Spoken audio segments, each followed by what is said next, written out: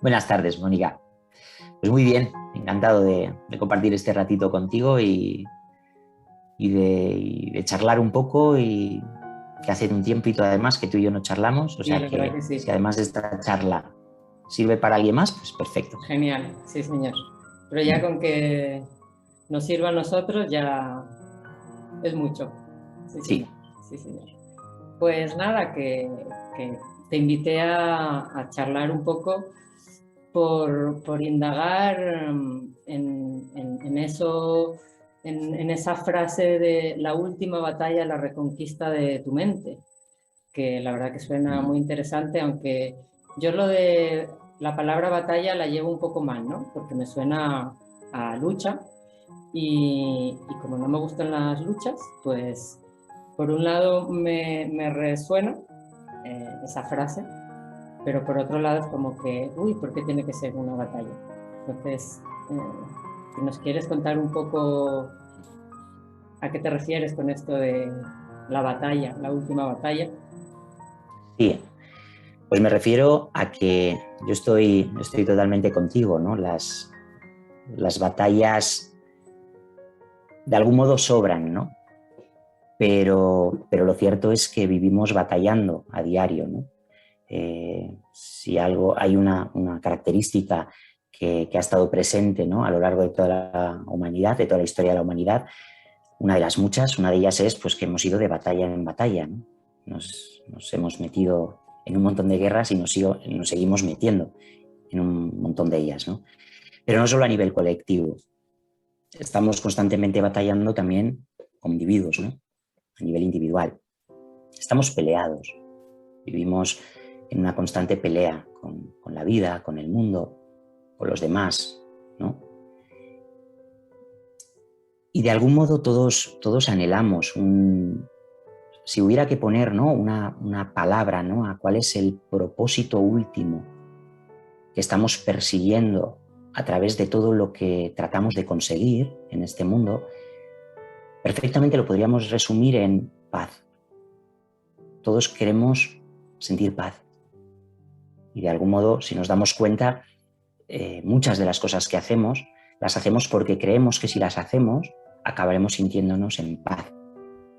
Luego descubrimos que no es así, ¿no? Muchas veces las hacemos, no nos sentimos en paz y a pesar de ello seguimos haciéndolas, porque creemos que en algún momento, haciéndolas, llegaremos a la paz. Algo Quizá la así como segunda, la si, tercera o la cuarta vez pues, lo vamos a conseguir. sí, sí, eso es, después de que hemos sufrido lo suficiente, ¿no? Primero parece que hay que pagar ese precio, pero llega un momento en que nos podemos empezar a cuestionar si realmente para acceder a esa paz que anhelamos en el fondo todos, es necesario cumplir una condición, ¿no? Como algo que yo tenga que conseguir o algo que yo tenga que alcanzar o algo que yo tenga que cambiar, ¿no? Estamos peleándonos finalmente con nosotros mismos, ¿no? Porque desde el mismo momento en el que la imagen que yo tengo de mí, la imagen que tenemos de nosotros, no es una imagen que nos agrade, no es una imagen que amemos, no es una imagen que nos guste, vamos a estar en guerra con nosotros mismos, con ciertos aspectos de nosotros mismos, aquellos que no comprendemos o aquellos que nos dan miedo, ¿no?, aquellos aspectos que nos dan miedo o nos generan culpa. Y esos mismos aspectos siempre va a haber alguien, siempre va a haber alguien. En este sentido, ¿no?, en el retiro hablaremos, ¿no?, de cómo funciona ese espejo, ¿no?, ese mecanismo de la proyección. Siempre los vamos a encontrar afuera, esos mismos aspectos. ¿Y qué va a ocurrir con esos aspectos afuera? Porque si están, pues, que si estamos en guerra dentro con ellos, vamos a estar en guerra también con ellos afuera. Una pregunta razonable sería, ¿y cuándo va a terminar la guerra? ¿Cuándo voy a librar la última batalla? Y la respuesta está precisamente en el título de este taller. El día que reconquistes tu mente. El día que reconquistes tu mente, ese día librarás tu última batalla. Mientras tanto, bueno, mientras tanto todavía vas a tener que luchar un poco más. Suena, a veces parece sencillo, ¿no? Lo de reconquistar la mente, pero hay situaciones en las que, uff, parece bastante complicado ya no digo reconquistar, sino simplemente conseguir tener una conversación amable con tu mente, porque parece que siempre está, que tiene poder, ¿no? sobre nosotros o sobre nuestra voluntad. Entonces, lo de reconquistar la mente en determinadas situaciones puede parecer un tanto complicado. Sí, sí. O sea, en realidad, ¿cómo lo diría? Lo que se requiere no es algo complejo. Lo que se requiere no es algo demasiado sofisticado. Pero lo que lo hace difícil, es decir, que sea simple, en ese sentido podríamos decir, es algo simple lo que se requiere. Pero coincido contigo en que no es fácil. Aunque sea simple, no es fácil. Y lo que lo hace complicado es que tenemos una inercia, esa mente, ¿no? La mente pensante, en este caso me voy a centrar en la parte pensante de la mente, esa mente con la que nos pensamos, esos pensamientos con los que nos identificamos, esos pensamientos a los que recurrimos una y otra vez a la hora de relacionarnos con el mundo, a la hora de interpretar absolutamente todo, a la hora de dar un significado a cada situación, a cada acontecimiento en nuestra vida. Esa inercia pensada son demasiados años viviendo desde una fuerte identificación con ella, con ese torrente de ideas y de pensamientos, hasta el punto, Mónica, de que la inmensa mayoría de las personas llegan a concluir que ellas son quienes piensan esos pensamientos. Es decir, hay una inmensa mayoría de personas que a día de hoy todavía no se han dado cuenta de que ellas no piensan sus pensamientos. ¿Y de dónde surgen esos pensamientos?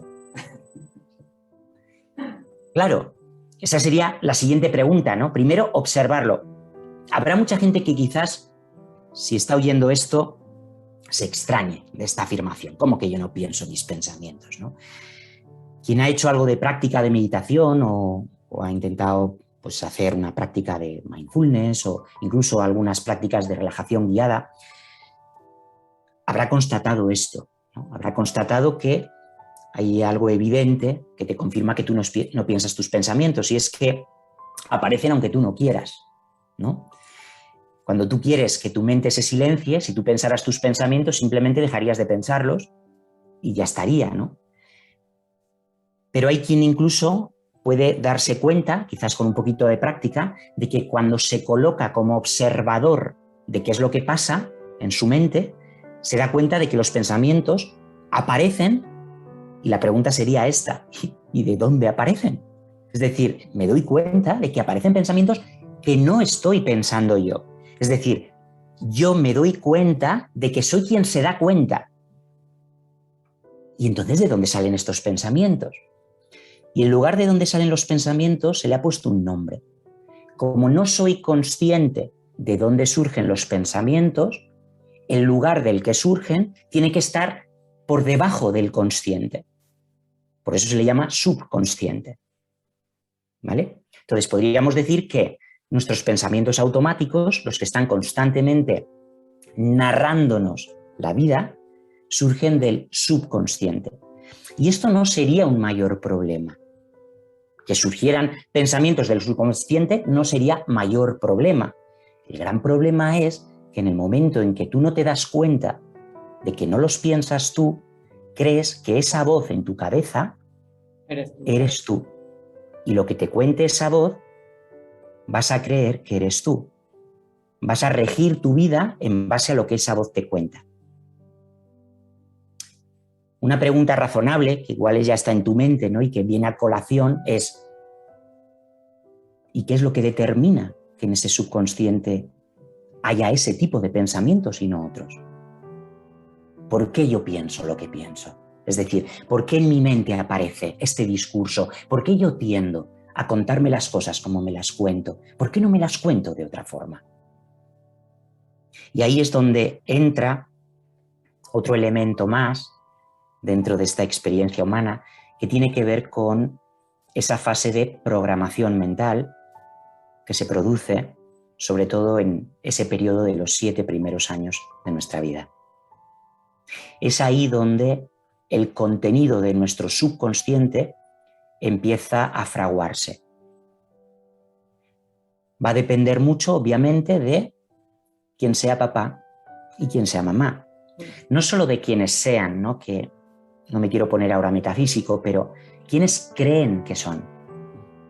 Es decir, en función de quién cree mamá que es y quién cree papá que es, y no hace falta que te diga, Mónica, que ellos también creen que son la voz que habla en sus cabezas. No hace falta que te diga esto. Entonces, seguiríamos con la pregunta, ¿y de dónde surge la voz? De sus padres, mis abuelos, y ellos, ¿no? Nos remontaríamos, fíjate tú hasta dónde, ¿no? Hay una fase de programación inevitable, donde yo acabo aprendiendo, esto es muy importante, aprendiendo quién soy, no descubriendo quién soy. Eso viene después. Estamos en ello. Ahora ya estamos en esa fase, ¿no? Ya nos empezamos a hacer este tipo de preguntas. Pero no. Hay una fase en la que primero aprendo quién soy. Y claro, aprender quién soy implica que hay alguien que me enseña. ¿Y quién me enseña? ¿Dónde está primero, en primer lugar, dónde están aquellos o aquello que me enseña para aprender quién soy? Están fuera de mí.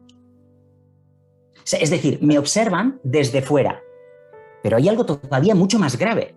No solo me observan desde fuera, además me observan desde sus filtros mentales programados que generan distorsión en su percepción de quiénes son ellos y por lo tanto de quiénes son los demás, incluido yo. Y yo aprendí de ellos quién soy. Por lo tanto, aquello que yo aprendí que soy es una pura distorsión inevitable que va a generar efectos. Esos efectos, entre otros, son las batallas que llevamos lidiando desde que tenemos uso de razón. La vida misma. Así que es simple, por ejemplo, el darte cuenta que tú no piensas tus pensamientos, es algo simple, es algo que te requiere 5 minutos, una práctica de 5 minutos ya te sirve para darte cuenta, es decir, sí, lo he constatado, efectivamente yo no pienso mis pensamientos.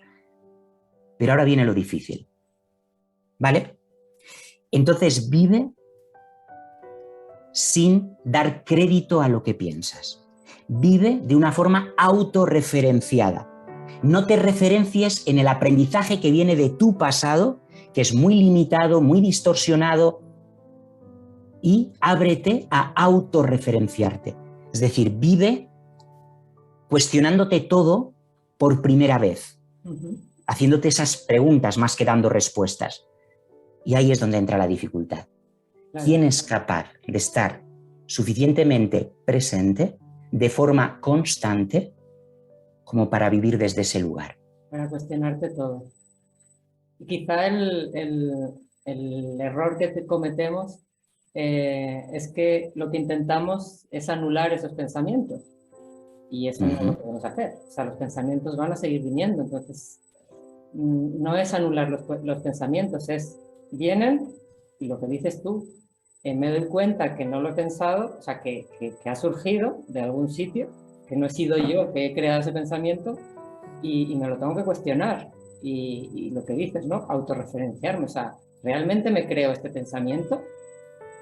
O quiero creer, o siento otra cosa.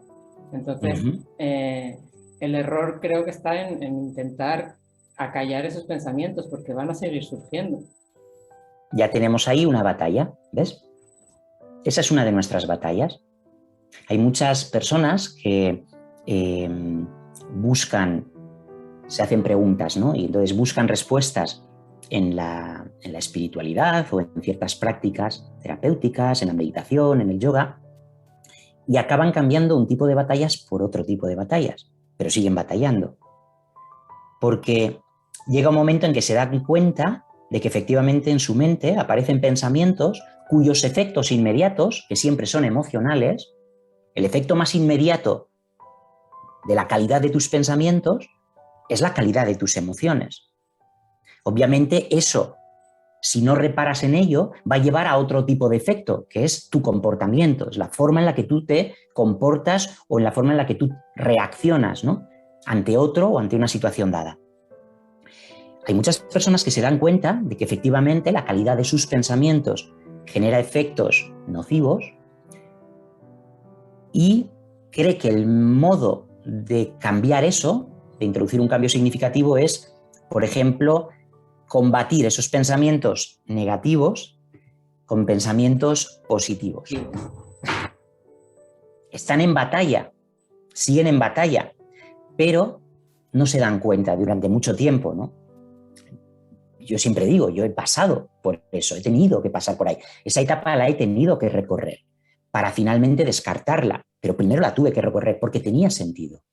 Para mí tenía sentido y para mucha gente sigue teniendo sentido. Sí, hay ciertos pensamientos que identifico como negativos por los efectos que generan, pues voy de manera proactiva a alimentar y a crear pensamientos positivos.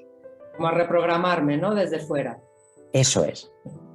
Si te das cuenta, sería, tal como yo lo percibo, tal como yo lo veo, sería este movimiento. No me gusta la máscara que yo veo reflejada en el espejo y entonces me coloco una máscara, imagínate una máscara triste y no me gusta, entonces me coloco por encima una máscara sonriente.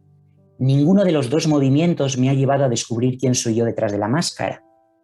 Simplemente he cubierto una máscara con otra, he cubierto unos pensamientos con otros, con lo cual he aumentado el nivel de complejidad. Lejos de ir hacia lo simple, que tiene más que ver con lo silencioso, que tiene más que ver con la observación, que tiene más que ver con la no acción. Es una acción que no hace, ¿no? Es una acción que surge de otro lugar, de un lugar previo a los pensamientos. En lugar de ir hacia adentro, hacia qué hay más allá de los pensamientos, me voy hacia afuera. Voy a superponer otro tipo de pensamientos o voy a intentar modificar estos pensamientos. Eso es una batalla. Es una batalla que puede durar muchos años o incluso toda la vida. Pero que no lleva en última instancia a la salida del conflicto.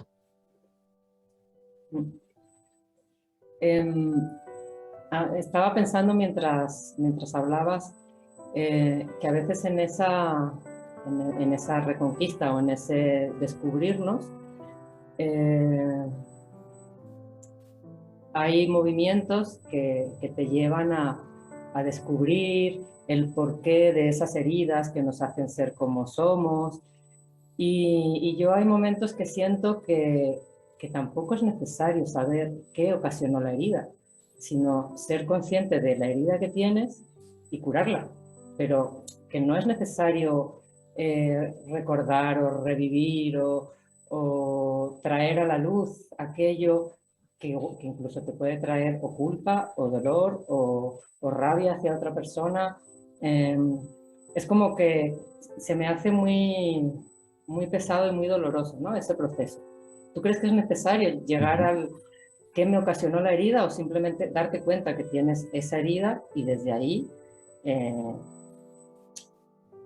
no corregirla, sino sanarla, sanarte tú y mirarla de otra manera? La propia herida, no lo que te ocasionó la herida, ¿no? Verás, es que hay una confusión en cómo se aborda ese tema, Mónica. Yo te entiendo a ti, la conclusión a la que tú llegas es válida en el sentido de que efectivamente que tú trates mentalmente, analíticamente, de relacionar esto que me duele en esta situación concreta, presente, con algo que me haya pasado en el pasado, con algo que haya ocurrido incluso en mi infancia y demás, hacerlo de esa forma analítica, intelectualizada, racional, efectivamente no sirve absolutamente para nada. No sirve más que, en todo caso, como bien intuyes y seguramente habrás experimentado, para reforzar el drama mental, que precisamente es aquello que me duele. Hablo del drama mental como la versión que yo me cuento de lo que pasó,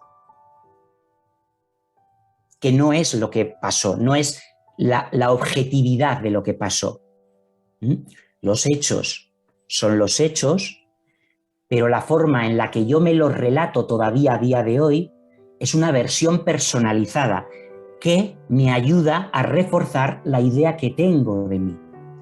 Es decir, una gran parte de los pilares en los que se apoya mi identidad presente son situaciones del pasado que yo me narro, que yo me sigo contando de una determinada manera para justificar ser como soy. Bien, hacerlo desde ahí no sirve de nada, efectivamente. En eso estamos totalmente de acuerdo. Ahora bien, ¿es necesario sanar? Es decir, ¿es necesario llegar al punto original de la herida para que esa herida sea sanada?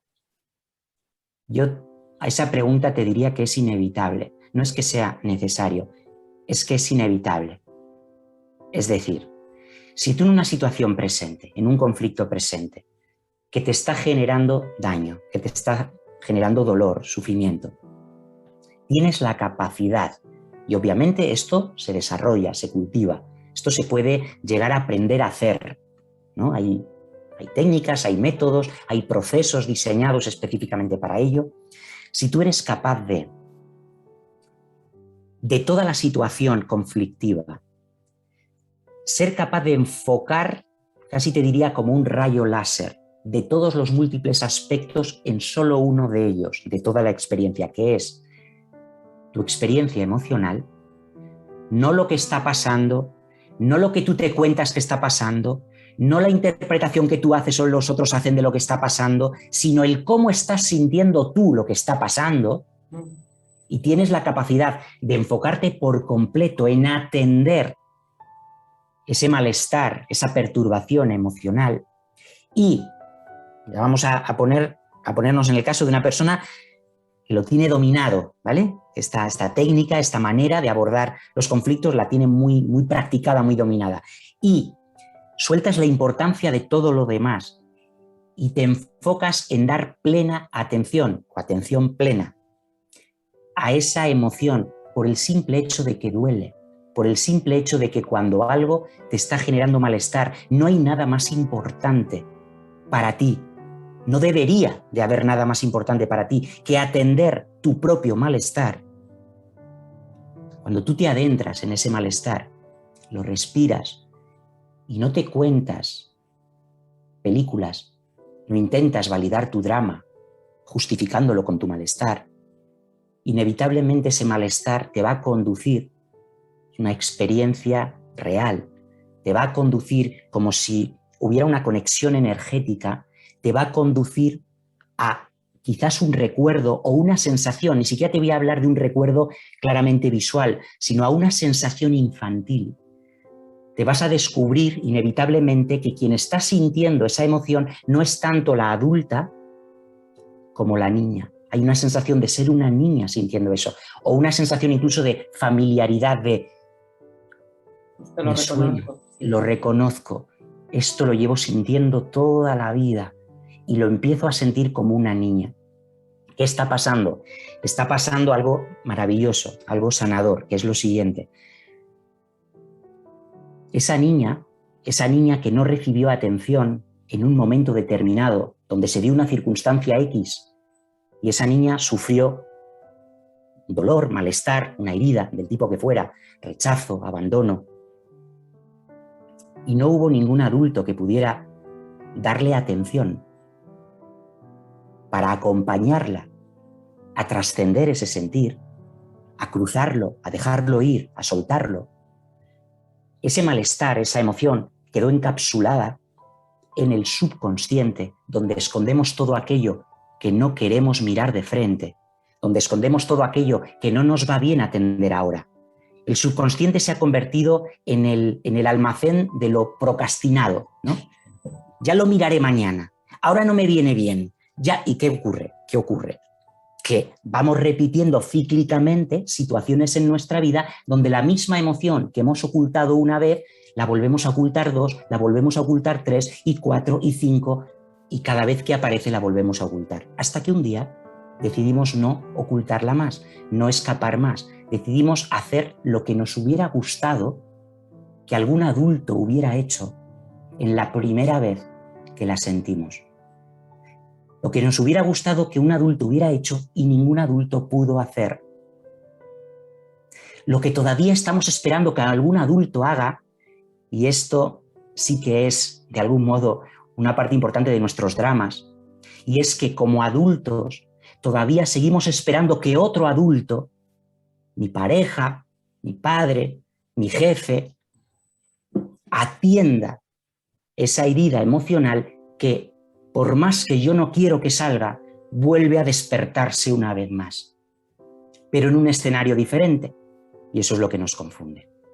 Entonces, resumiendo esta parte, es necesario, si lo haces mentalmente, es inservible. Si lo haces mentalmente, déjalo, porque no vas a llegar a ningún lado, porque la conexión que hay entre lo que estás sintiendo ahora y la herida original en tu pasado no es la parte mental, porque tú te estás contando una historia que no concuerda con la realidad de los hechos. Es una versión distorsionada de los hechos. Es la emoción la que te va a conducir a que vuelvas a entrar en contacto con los hechos y, en la medida de la consciencia que haya disponible, poderlos afrontar desde el adulto consciente, presente, que puede acoger esos hechos y al mismo tiempo atender ese dolor emocional que nunca nadie antes pudo atender. No sé si esto clarifica la pregunta que habías hecho. Sí. Y de nuevo, ves, Mónica, que en sí es algo simple, porque fíjate, se podría resumir en: se trata de que sientas lo que te duele sin pajas mentales. Es simple, ¿verdad? Muy simple. Bueno, pues cuando lo intentas hacer, te das cuenta de lo difícil que es, porque no quieres soltar la historia que te cuentas. Tanta identidad te da que si la soltaras, tendrías que pensar que no eres quien crees que eres, o llegarías a la conclusión de que en el fondo no sabes quién eres. Preferimos seguir aferrándonos a la idea que tenemos de nosotros, por dramática que sea y por mucho que nos duela, que abrirnos a la posibilidad de que en el fondo no tenemos ni idea de quiénes somos en realidad. Sí, eso asusta. Mucho. Eso asusta. Mucho. Pues por eso en el retiro. Sí, eso te iba a decir, que suena todo esto muy bien, ¿no? Y cómo lo vamos a manejar o a llevar o a practicar en el retiro, qué dinámicas vamos a hacer. Yo en el retiro he tratado de organizarlo de una forma que nos permita avanzar, ¿no?, en todo este autocuestionamiento y en los descubrimientos que podamos hacer de una forma progresiva, como por etapas, ¿no? Y he puesto en primer lugar, ¿no?, como primera temática a cuestionarse y a observar el conflicto de identidad, porque estamos hablando de la última batalla, ¿verdad? Y hemos dicho que estamos constantemente batallando. Hay algo que me gustaría que observáramos por un momento, y es que nos demos cuenta de cómo todos los conflictos, todos los problemas que experimentamos en nuestra vida, cada uno en la suya, ¿no?, en sus propias circunstancias, si tiramos del hilo de todas esas problemáticas aparentemente diferentes, podríamos decir como diferentes fuegos a apagar, ¿verdad?, donde aparentan tener diferentes causas y por lo tanto son a veces varias batallas abiertas, varios fuegos, ¿no?, abiertos que hay que apagar. Si tiráramos del hilo, ¿no?, en una relación causa-efecto, llegaríamos claramente a la conclusión de que todos nuestros problemas, todos nuestros conflictos derivan de un único conflicto troncal del cual derivan todos los demás, ¿no? Y es el conflicto de identidad. O lo que es lo mismo, es la respuesta que le damos a la pregunta ¿quién soy? La respuesta que le estamos dando a esa pregunta, antes que esto, la inmensa mayoría de las personas ni siquiera se formulan esta pregunta porque creen que ya saben la respuesta. Claro. Es decir, la inmensa mayoría vive como si supiera la respuesta a la pregunta ¿quién soy? Y por lo tanto no hay pregunta, no hay cuestionamiento. Y por lo tanto solo puedo regir mi vida por lo que creo que son mis propios pensamientos que yo pienso a voluntad, ¿vale? Pero confío en que las personas que acudan al retiro, si en algún momento se hayan cuestionado, hayan llegado a esa conclusión de, pues igual no sé quién soy, pues igual lo que yo pensaba que soy no es realmente lo que soy. Entonces, el primer paso va a tener que ser ese, primero hacerse consciente de que el principal conflicto que tenemos en nuestra vida es el conflicto de identidad. La forma en la que se manifiesta además es partiendo de una idea de mí que no me gusta y esto estaríamos hablando del pasado, ¿ves? La idea que yo tengo de mí que no me gusta es mi aprendizaje del pasado. Y como no me gusta la idea que yo tengo de mí, voy a perseguir una idea mejor de mí. Voy a intentar construir un yo mejor. Voy a intentar ser... ¿Cómo? Vamos a mejorarnos. Vamos a mejorarnos. ¿Dónde nos proyecta esto? Al futuro. Pasamos de intentar cambiar toda esa mochila que traemos del pasado, proyectándonos a un futuro que vamos a perseguir porque en algún momento del futuro se encuentra ese yo ideal que cuando lo alcance me dará la felicidad y la paz que busco. Mientras tanto, el presente, el único momento donde la vida transcurre, el único momento donde yo puedo experimentar estar vivo, el único momento donde me puedo hacer consciente de quién soy, ese momento es un mero trámite sin importancia, en el que no suelo reparar porque el presente lo estoy ocupando o bien en entretenerme de los malestares, en distraerme para no ser muy consciente de lo mal que me siento y en trabajar y esforzarme y luchar por conseguir ese yo ideal y por conseguir que llegue cuanto antes. Sí, yo creo que vivimos el presente como un pasillo para ir de una habitación a otra. Tal cual. No tiene importancia. Sí, como un mero puente entre el pasado y el futuro, pero no es lo más importante, ¿no? Es esa sensación de vivir pensando que lo mejor está por llegar. Y me hace gracia, ¿no? Porque cuando uno lo que maneja su vida es lo mejor está por llegar, yo sé que esto es muy motivador. Muchas personas necesitan esto, pero quiero de nuevo, ¿no? Bajarlo a tierra. Es vivir como el burro, el palo y la zanahoria. Lo mejor está por llegar. Es decir, cuando consigas la zanahoria, ¿no? Y la zanahoria siempre está un palmo por delante de tus narices. Y tú sigues caminando, porque lo mejor está por llegar. Claro, y como lo mejor está por llegar, llega un momento en que tropiezas, como digo yo, y descubres que te has caído en un ataúd y hay un montón de gente que te está velando. Porque eso es lo que te espera en el futuro. En el futuro te vas a morir. Anda. Eso que crees ser se va a morir. Por más que lo quieres mejorar... Que no me lo esperaba eso, ¿eh? Vaya palo me acabas de dar. Habrá alguno que todavía piense, igual a mí no me toca. Tenemos la posibilidad, por lo tanto, de, antes de llegar a vivir esa experiencia, que la viviremos, todos la vamos a vivir, descubrir quién soy.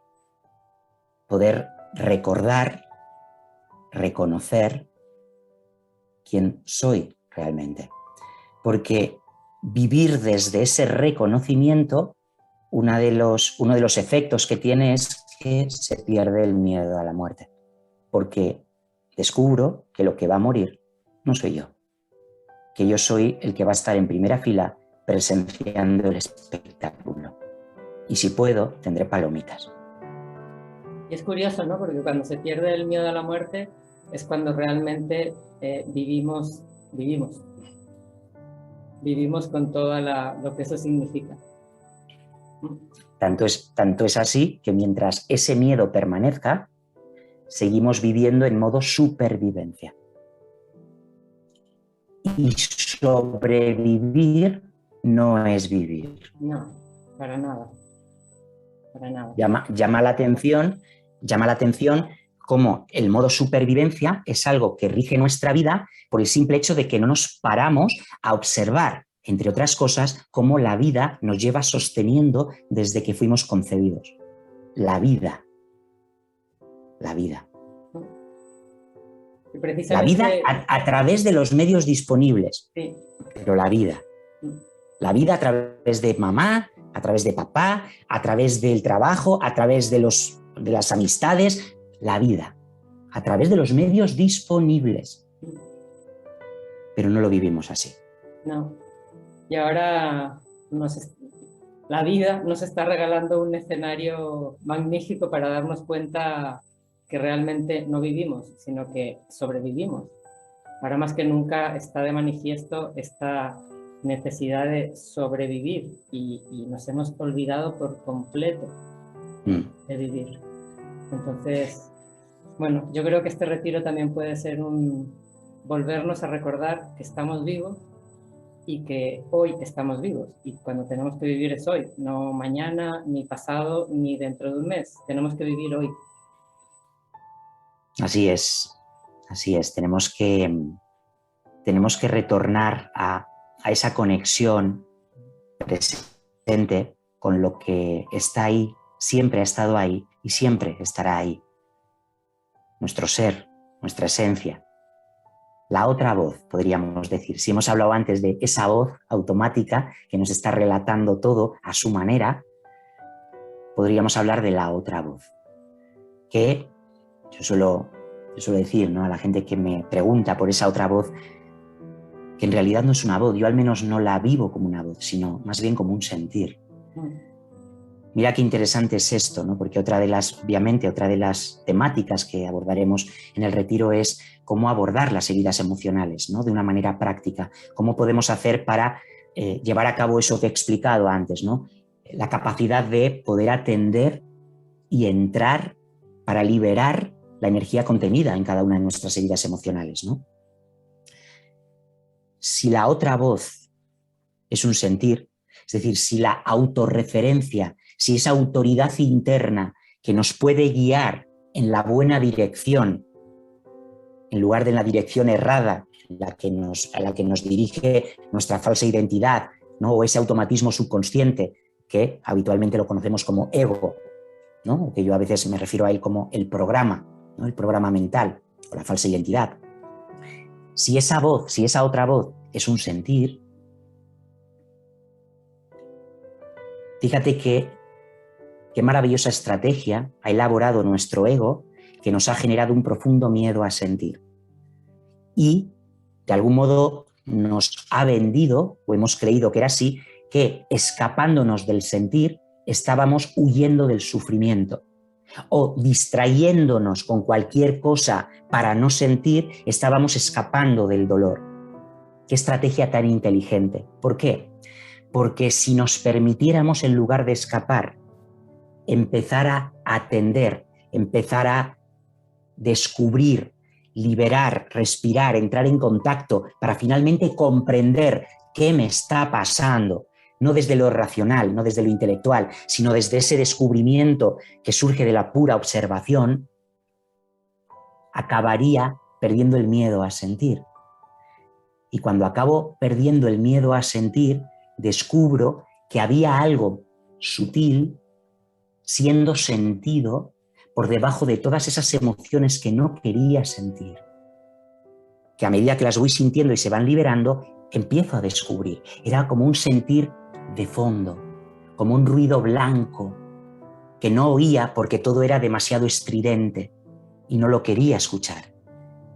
Y descubro que esa voz que está de fondo, ese sentir de fondo, era precisamente aquello que llevo buscando toda mi vida, donde no estaba, en el mundo, en otro adulto, en otro logro, en otro título.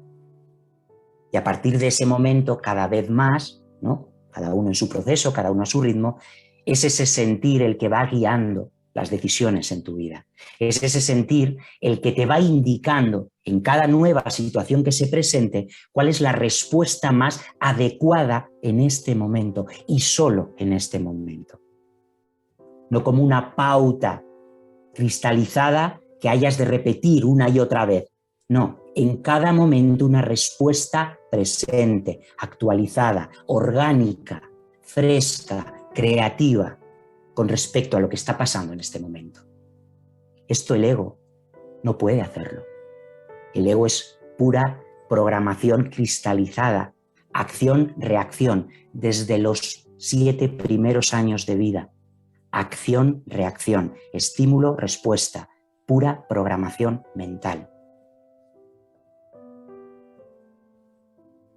Bueno, pues la verdad que sí, que suena muy interesante todo esto. Vamos a concretar para que la gente sepa de cuándo estamos hablando. Esta propuesta que hacemos es para octubre, Eso es para del 8 al 12, nos toca el puentecito ese en medio. del 8 al 12 de octubre, aquí en el hogar Ayumaya, en nuestro hogar. Y ya que surge, me gustaría que me dijeras qué es para ti Ayumaya, qué representa este hogar. Pues mira, Mónica, para mí Ayumaya, desde que os conozco, y ya van unos añitos, representa un espacio que habéis creado, un espacio donde es más fácil poder conectar con esa esencia que somos y que siempre nos acompaña por un motivo. Es más fácil por un único motivo, o principalmente por un motivo. Obviamente hay muchos elementos más que me encantará añadir, pero el principal motivo: creáis una atmósfera de confianza para dejar el disfraz a la puerta. Hay una sensación desde que se entra en vuestra casa y desde que se entra en contacto con vosotros, de que aquí me puedo arriesgar a ser quien soy. Aquí no se me va a juzgar. Aquí puedo dejarme sentir lo que me afecta. Aquí puedo expresar de una manera auténtica, genuina, lo que sea que estoy sintiendo. No necesito disimular, no necesito fingir. Y ese espacio de seguridad, por así decirlo, facilita que cualquier trabajo que alguien quiera compartir en vuestro espacio, en vuestra casa, pues tenga el mejor ambiente, digamos, y el mejor suelo posible, ¿no?, para apoyar ese trabajo. Y es esa atmósfera de seguridad, de confianza. Y a todo eso hay que añadir luego el mimo, el cariño, el afecto que ponéis en cada cosa que hacéis, la delicadeza que ponéis desde la decoración, la comida, el trato, las miradas, la atención que dispensáis a las personas, una sensación realmente de sentirse atendido. Creáis el entorno perfecto para que quien quiera entrar pueda entrar. Pues muchísimas gracias, de verdad, por expresarlo y además que sé que lo dices de corazón. Y vamos, que sí, que esto es lo que nos gusta, lo que nos sale, ¿no? Compartir. Y además, a mí me gustaría comentarte lo que tú representas para nosotros, ¿no? Para mí tú eres coherencia absoluta y para mí ese valor es tan importante. O sea, eres coherencia, honestidad e integridad en total, absoluta. Y entonces eso da también muchísima confianza, muchísima paz, e incluso aunque pueda no estar de acuerdo con algunas cosas que compartes, como lo compartes desde esa coherencia absoluta, me llega profundo. Así que te agradezco muchísimo que me hayas mostrado eso. A colación de esto que dices, Mónica, me encanta que lo veas así, ¿no?, y que lo expreses de esa manera, porque yo solo puedo compartir aquello que voy descubriendo. Y claro, y lo digo claramente, ¿no?, claro que me queda todavía muchísimo por descubrir. Claro que no he alcanzado ese lugar donde me quedo en casa constantemente. Claro que no. Pero en mi caminar, en mi voluntad de seguir afianzando esos descubrimientos, descubro tantas cosas que me parecen tan significativas y tan propia de todo ser humano, que no puedo evitar compartirlas desde el lugar donde yo lo comprendo, desde el lugar donde yo lo veo, y siempre abierto a la posibilidad de que se incremente o incluso llegue a cambiar. Es decir, todo es susceptible de mejora, Claro. pero el lugar desde el que lo comparto siempre es el lugar en el que me encuentro en este momento. Y no puedo pretender transmitir desde otro lugar, porque es donde estoy ahora. Y me alegro que pueda reconocer esa parte también, ¿no? Decir, es que realmente es lo único que tengo para compartir. Y El lugar precisamente donde por me... eso a veces no son ni siquiera es necesaria la palabra, porque tu propia presencia transmite lo que expresas. Entonces, incluso hay veces que las palabras sobran, porque la presencia ya es tan coherente que te está mostrando lo que quieres decir, lo que estás compartiendo. Es cierto. Así que es un verdadero placer poder compartir contigo y estar contigo aquí, ofrecer este retiro y todos los momentos que podamos estar juntos.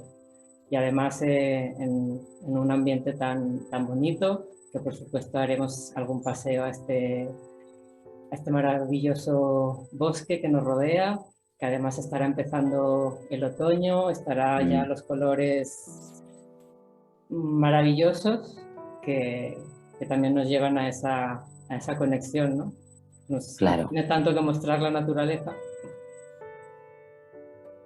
esa sencillez y esa presencia que tanto nos hace falta. Así que creo que es una bonita propuesta con muchas ganas de vivirla y a la que todo el que le resuene, por supuesto, está más que invitado. Claro que sí. Además, tú sabes que nos lo montamos muy bien, sí, ¿verdad? Sí. Porque sabemos intercalar, pues eso, como dices, salidas a la naturaleza. Siempre me gusta hacer un cineforum una tarde, porque hay muchas maneras, como dices tú, de poder captar, ¿no? la comprensión o la información que necesitamos en un momento, y no siempre es a través de las palabras.